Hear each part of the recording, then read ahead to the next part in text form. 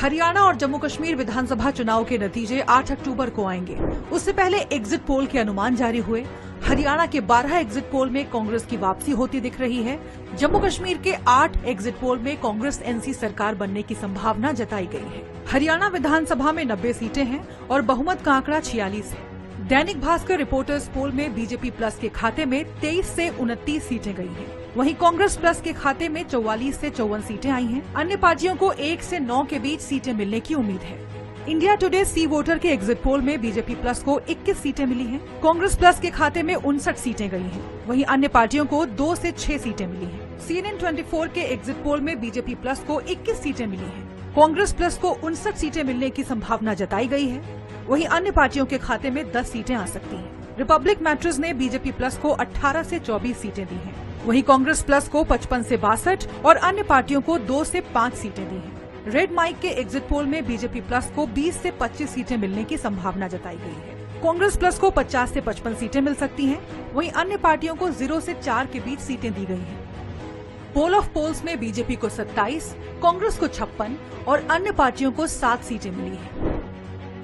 जम्मू कश्मीर विधानसभा में भी 90 सीटें हैं और बहुमत का आंकड़ा 46 है। दैनिक भास्कर रिपोर्टर्स पोल में कांग्रेस और नेशनल कॉन्फ्रेंस के गठबंधन को 35 से 40 सीटें मिली हैं।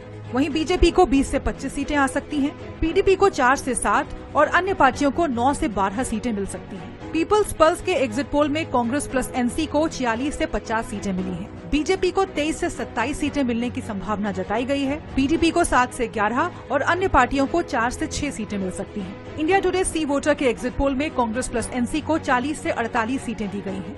बीजेपी को 27 से 32 सीटें मिलने की उम्मीद है। पीडीपी को 6 से 12 और अन्य पार्टियों को 6 से 11 के बीच सीटें मिल सकती हैं। रिपब्लिक गुलिस्तान न्यूज ने कांग्रेस प्लस एनसी को 31 से 36 सीटें दी हैं। बीजेपी को 28 से 30 के बीच सीटें मिल सकती हैं। पीडीपी को 5 से 7 और अन्य पार्टियों को 8 से 16 के बीच सीटें मिल सकती हैं।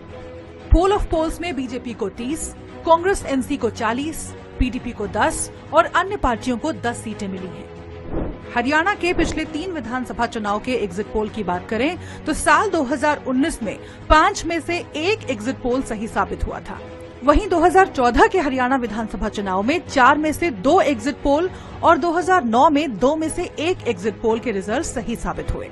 जम्मू कश्मीर में आखिरी बार साल 2014 में विधानसभा चुनाव हुए थे। उस समय 2 एग्जिट पोल, सी वोटर और एक्सिस माई इंडिया के नतीजे सही साबित हुए। परिसीमन के बाद इस बार जम्मू कश्मीर में 3 विधानसभा सीटें बढ़ गई हैं। देश दुनिया की और बड़ी खबरों के लिए देखते रहें शब्द चक्र न्यूज।